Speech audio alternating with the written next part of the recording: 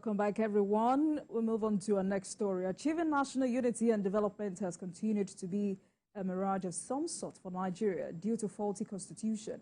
A former Commonwealth Secretary General, Anyaoku, has warned that if Nigeria refused to do away with the 1999 constitution, it will be hard for anyone to fix the country. Anyaoku described Nigeria as a pluralist country that needs to address its diversity with a true federal constitution. He added that pluralistic countries would have survived as single political entities in unity and progress, and those that addressed their diversity with genuine federal constitutions, citing examples of India, Canada, and Switzerland. The former Commonwealth Secretary General stressed that if a pluralistic Nigeria is to achieve true unity and political stability to successfully tackle its challenges, it must have a truly federal constitution. Chris, let me start with you. Yeah, I totally agree with what the statesman said. Some of us have been saying it for a long time that the current constitution that we operate in, the 1999 constitution, as amended, is not able to address most of the challenges facing us as a people. Mm-hmm. That is one part. The second part is the fact that, you know, at the beginning of that constitution, they say, we Nigerians, that constitution had no we, because we as Nigerians did not come together. We did not come together to agree on that constitution. That was a constitution that was imposed on us by the military in 1999 when they were about handing over to the civilians. So you cannot say that we have a constitution that was duly agreed by the generalities of Nigerians that this is where we want to go. And that is why we find ourselves where we are, because in the 1999 constitution, so much power is being concentrated in the center. So much, and that in itself is a problem. And that is why the states are not moving at the pace they need to move. We are just talking about Ondo State. I may you talk about some of the why Ondo State should be able to go beyond. And you have to understand the fact that the second largest butane deposit in the whole of the world is in Nigeria. And most of it is in Ondo State. And you ask yourself, why is that? The problem is that Ondo as a state and the government of Ondo cannot be able to exploit that mineral resources until it gets approval from there, because it doesn't have the power. That's what the Constitution says. You look at our mineral resources, go to Kogi State, go and see the level of mineral resources deposit in Kogi State. In fact, Mayor, you remember last time we were here, during the week, we were talking about cement and the high cost of cement. We have limestone in abundance in Kogi State. And there are so many other states where, if you look at them, there is no state in Nigeria that does not have any mineral resources that it cannot call its own. But they cannot even be able to exploit because of the way we structure our constitution. So what we have said, unlike what we had in the First Republic, what we had during the parliamentary system is that every state developed at its own rate and now bring something to the center. Most of the achievement that was achieved in the Southwest then was through cocoa. It was through cocoa. In the North, we had the pyramids, the granite pyramids. That was the high point. In the East, you have coal. That was theirs.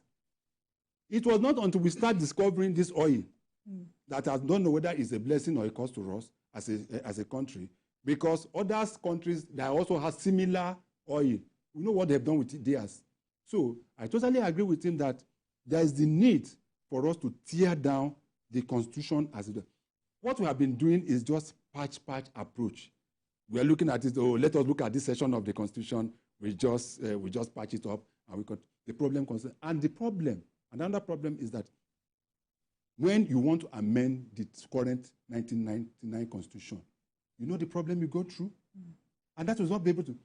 Apart from the National Assembly agreeing on the amendment, that amendment has to be taken to the 36 states of the federations, state houses of assembly, to endorse it.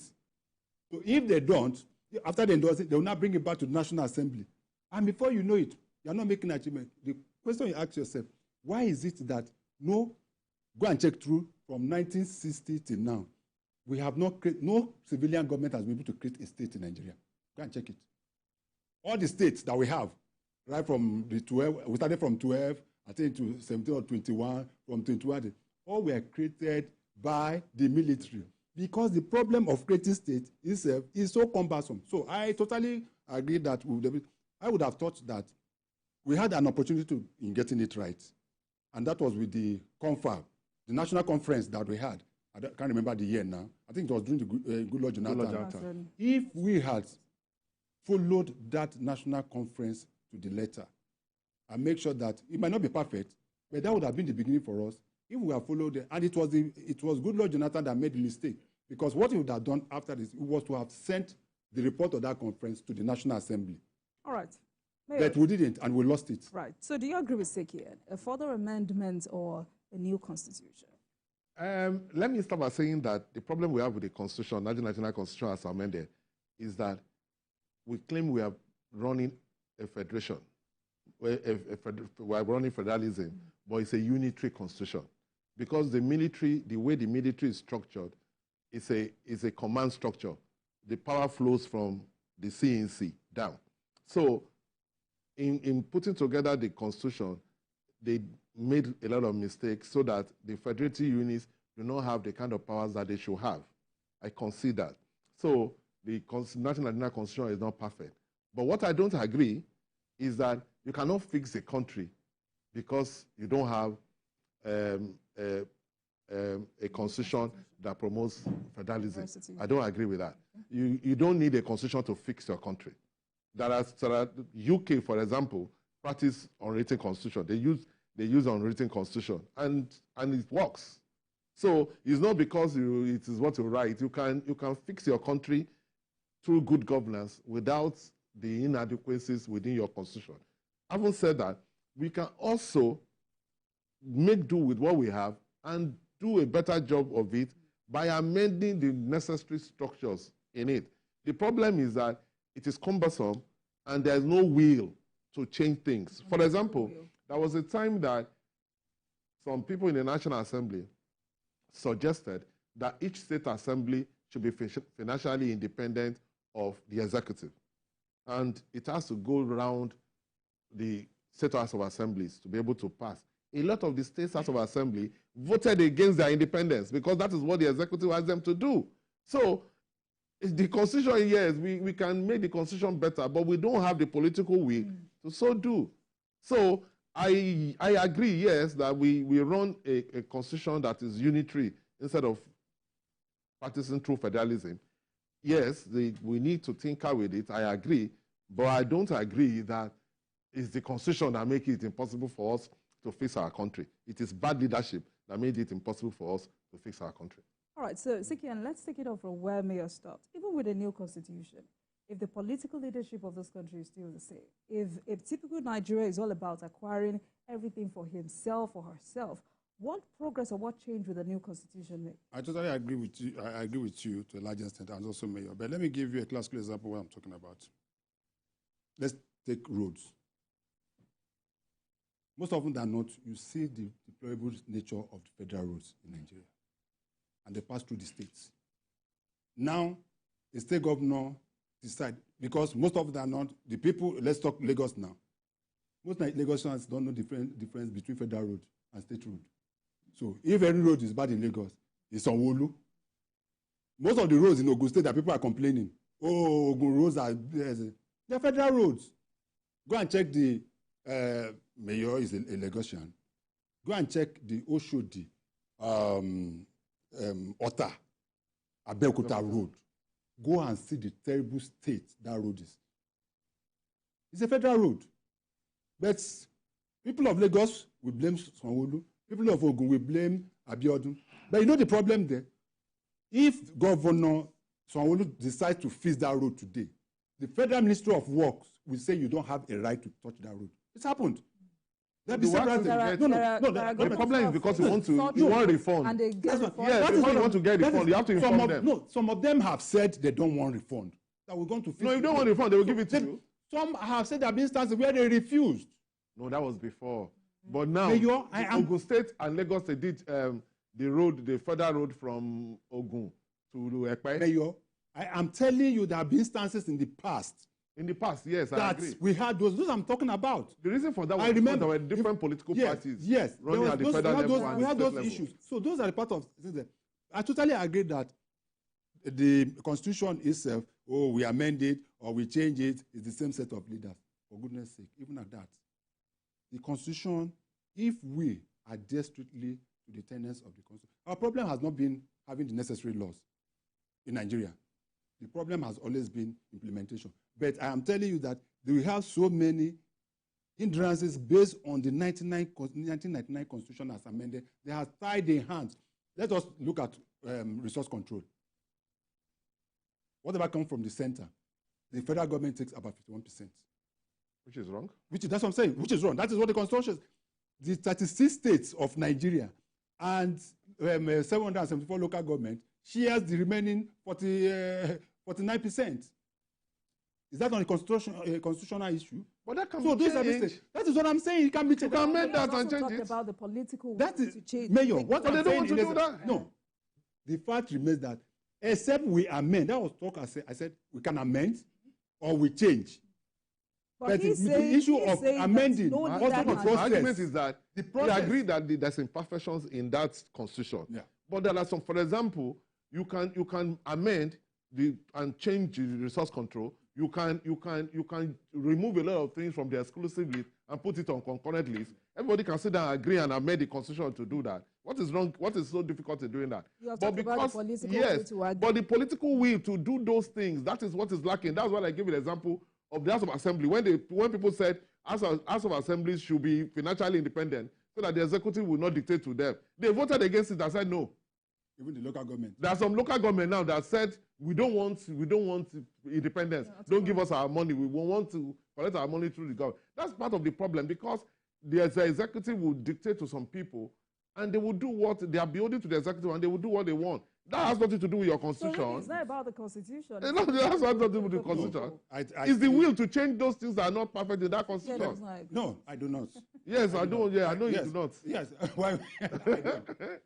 Because why I don't agree with you, I'm a graduate of law. I've read this constitution from beginning to end. And I have seen a lot of lacuna within the constitution. We agree. So that's why which is what Anyaoku, which is what, let us not debate from the discussion itself. Okay. I am not saying that leadership, we have gotten our leadership right. I didn't say that. I never said that. It's just like what we are saying now is, let the INEC conduct local government elections and the rest of them. It's neither here nor there for me. But what I'm saying is that the 1999 Constitution currently, as we have it, we need either a total overhaul of the Constitution or serious amendment to be able to get. My own point is that there's so much power concentrated in the center, and we need to allow. And for goodness' sake, it has, and the Constitution has made the state very. Sorry? I think both of you are saying the same. Yes, we agree with you. The Constitution has made the state so lazy. The Constitution has made the state so lazy that what every one of them do is that to wait until the end of the month to go to Abuja, share money, come back home. People are not even taking it. But the excuses they will always give you is that, okay, I have vitamin in my state. Osun State has gold. Currently, the Ministry of Mines is having serious issue with Osun State government on the issue of gold. The state said, no, we can be able to handle it. They said, no.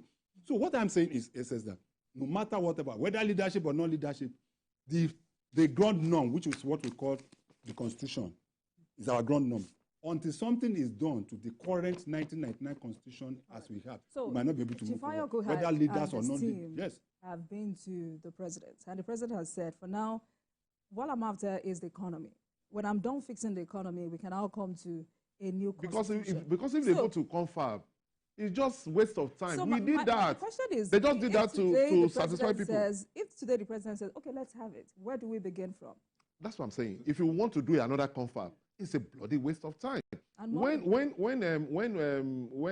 Jonathan did the confab, he set up the confab to satisfy people's agitation. But for you to know that just to satisfy people's agitation, the confab, the document that came out of it was beautiful. But they just put it on the shelf. Nobody executed it. And my own argument is that we agree that the constitution is not the right constitution that it was imposed on us by the military. I concede that. But my own argument is that, one, I don't agree that it is because of the constitution that you cannot fix your country. That is crap. Why can you say you cannot fix your country because of constitution? There are some constitutions that are not written. That's why I say UK. UK doesn't have a constitution. And they still run their country. Yeah, but my own argument now is that even the constitution as it is, with all the imperfections, if you identify the areas that are not perfect, like resource control, like devolution of powers, like removing things from the exclusive list, to the, you can change that.